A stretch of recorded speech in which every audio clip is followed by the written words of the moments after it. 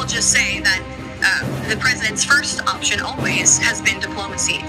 Sinabi rin nito na posibleng gumamit ng puwersa ng militar ang Amerika kung hindi magiging makabuluhan ang negosasyon ng US dito.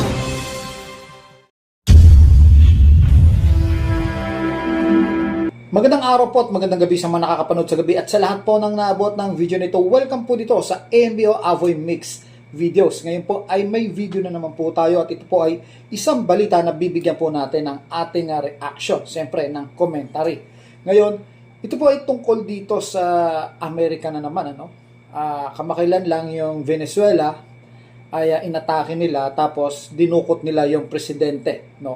Although dinukot nila ito para sa harapin yung kaso niya tungkol dito sa mga illegal drugs, Pero yung agam-agam ng iba, ang tunay na motibo ay ang langis, Yung kontrolin yung pagpapalabas ng langis dito kasi pro-China po ang Venezuela at alam naman natin na rival po, Matinding magkalaban ng China at ang Amerika. Ngayon, under control po ito ng Amerika sa ngayon, so malaking dagok po ito kay China, Pwede niyang putulin ang langis na pwedeng mag-supply kay China. At alam naman natin si China, napakalaki po ng ininvest nila sa Venezuela.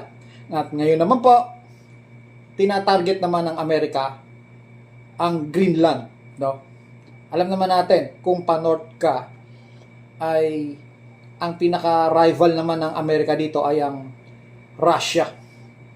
So, kung kontrolado nila ang Greenland, ay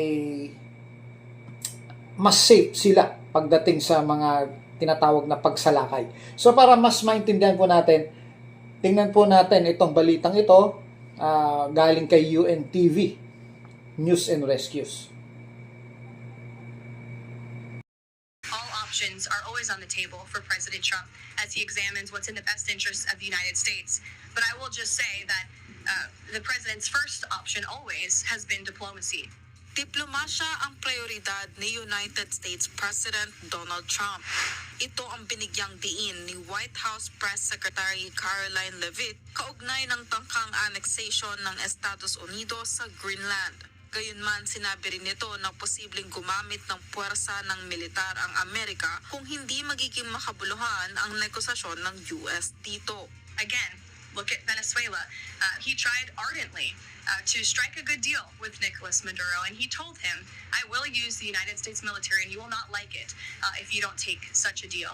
And look at what happened. Nilinaw ng White House na mahalaga sa paningin ng US President ang Greenland na kontrolado ng Denmark. So, yun po, yung first option niya, diplomasya. Second option ay sapilitan na. Ito yung militarization, Gagamit na ng puwersa ang Amerika para makontrol niya itong Greenland na nasa control pa ngayon ng Denmark. So, para walang gera, sana pumayag yung Denmark sa pamamagitan ng diplomasya na alok ng Amerika. First option yun, So, meron pa rin second option na nakababahala. Kung hindi pumayag. So, ganun talaga, kailangan nila ng protection, kailangan nilang masiguro na kaalyado nila ang Greenland. Sige, tuloy po natin ulit. Para sa national security ng US laban sa Russia at China. Kabilang umano ito sa magiging pag-uusap ni US Secretary of State Marco Rubio at mga Danish officials sa pagbisita ng kalihim sa Denmark sa susunod na linggo. Giit pa ng White House, posible ding bilhin ng Amerika ang isla kung kinakailangan. Grabe, Ganon kahalaga, Parang kumbaga parang Pilipinas, strategic location din yan doon sa parting north, Kung kinakailangan bilhin nilang Greenland, bibilhin ng Amerika ang Greenland. Napakalaki po ng na yan, ng isla na yan. Di labas sa isa, parang kontinente ng Greenland. Napakalaki po niyan. Kinakailangan. The president has been very open and clear with all of you and with the world that he views it in the best interest of the United States to deter Russian and Chinese aggression in the Arctic region. And so that's why his team is currently talking about what a potential purchase would look like. Babala naman ng Denmark at ilang European officials, ang pag-atake ng US sa Greenland ay mangangahulugan ng pagkabuwag ng military alliance nito na NATO. Carmela Marinda, UNTV News and Rescue. So, hanggang dito na lang po, ano? Diyan na po natatapos yung balita ng UNTV. So, yung reaction po natin dito ay nakakabahala po, ano? At magkaalyado po kasi ang Amerika at saka NATO, no? Ang European. Pero, kung aatake ang US sa Greenland, dahil hindi pumayag ang Denmark, talagang tingin ko mabubuwag yung alyansa nila, no? Kasi paglabag na yon doon sa international law, no? Meron nga daw 3 leader ngayon ang kumokontrol sa buong mundo. Ito po ay ang Xi Jinping, ang si Putin, at ang si Trump, no? Pinaghahati-hatian nilang 3 ang buong mundo ngayon, no? Nakakalungkot na milyon o bilyon ng tao sa mundo, pero mukhang 3 lang ang nakikinabang. Parang ganun po, no? Pero yung sa part naman natin sa Pilipinas, hindi na kailangan. Wala nang ganyang mangyayari, no? Kasi kaalyado tayo ng Amerikano. Malinaw po yan. At mayroon talaga silang base militar dito. Kaya wala nang ganyang pag-uusap, no? Kaya nung panahon ni Duterte, no, nung tinalikuran ng Pilipinas ang Amerika, ganun lang kasama ang loob ni Trump, no, na umanib tayo sa China. Pero ngayon, sa pamamahala ng ating Pangulong Bongbong Marcos Jr., bumalik tayo sa Amerika, which is ikinatuwa ni Trump, no, kasi napakahalaga ng lokasyon natin para sa Amerika, no. Strategic location tayo, no. At talagang ang Pilipinas po ay mayaman po, sa likas na yaman, bagay na nagugustuhan ng Amerika dito. So, ang nakikita ko po dito, ang Amerika po ay tila naghahanda na, no. Hindi niya binabaliwala na kung mahina ba yung kalaban niya o hindi. Hindi niya ina-underestimate itong China at ang Russia. Kahit na sinasabi niya siyang pinakamakapangyarihan at pinakamalakas na military power sa buong mundo, hindi niya ina-underestimate, no?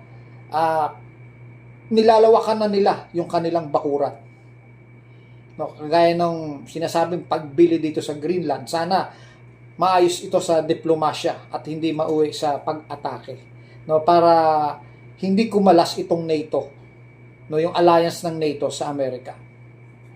Yan po yung nangyayari. So, may pinaghahandaan silang isang malaking gera, no? Kung isang malaking gera to at malalaking bansa ang kasangkot, siguradong World War III to. World War III ang babagsakan nito. At ang Pilipinas, pinalalakas na rin ng Amerika. Pinalalakas na rin, no? Yung mga bansa na kaalyado niya, ka-allied powers dito sa Southeast Asian o East Pacific, pinalalakas na rin po ng Amerika at patuloy silang nagbibigay ng suporta. Kitang-kita po rito na yung paghahanda na ginagawa ng Amerika para sa isang digmaan. Siguro, ang intel nila, nakatanggap na ng positibong report mula sa mga kalaban, ang China at saka yung USSR, o yung iba pa, kung may mga kakampi pa yan, na talagang aatake na ito sa anumang oras itong 2026 hanggang 2027. So, sana, uulitin ko, walang matuloy na mga ganitong labanan. Kasi, sa akin, hindi naman ako natatakot. Kaso, meron tayong mga anak, no, na sila, yung mga kabataan ngayon, ang labis na maapektuhan. Kasi tayo pong mga batang 90s, yung pinanganak ng 1980, 1979, pataas, 1990s, na-enjoy natin yung na-enjoy natin yung ganda ng buhay, di ba? Na-enjoy natin yung yung peace, no? Yung katahimikan na walang gera, na nangyari na naranasan natin. Although may mga gera sa Middle East, sa ibang lugar, pero hindi dito sa Luzon, no? Na-enjoy natin yan. Hindi dito sa sentrong Katagalugan. Ngayon, kung magkakaroon ng World War III, talagang damay tayo kasi napakaraming base militar ng Amerika dito sa Pilipinas, ano? Ang kakaharapin natin dito, ang pinakamadugong kakaharapin natin dito, ang China. Although marami tayong kakampi, gera pa rin yun. No? At alam naman natin sa gera, wala pong nananalo. Both side, talo. Both side, apektado. No? Both side, nagkakawatak-watak ng dahil lang sa gera. So, dapat maging handa po tayo sa mga bagay na ito. Kasi ang US, naghahanda na. No? Alam na nila yung mangyayari. Although pinakamalakas sila, pero naghahanda na po sila. So, tayong mga mahihinang bansa, mas lalong maghanda po sana tayo. At sana ang pinakamagandang paghahanda ay yung panalangin na maproteksyonan tayo ng ating Panginoon, matuloy man o hindi yung gera na yan. So hanggang dito na lang po, manalangin po tayo maigi sa ating Panginoon Hesus, sa ating Diyos, na pigilan niya itong World War III na to o mga labanan na maaari tayong masangkot. Maraming salamat. Ito po ang Avoy Makes Videos.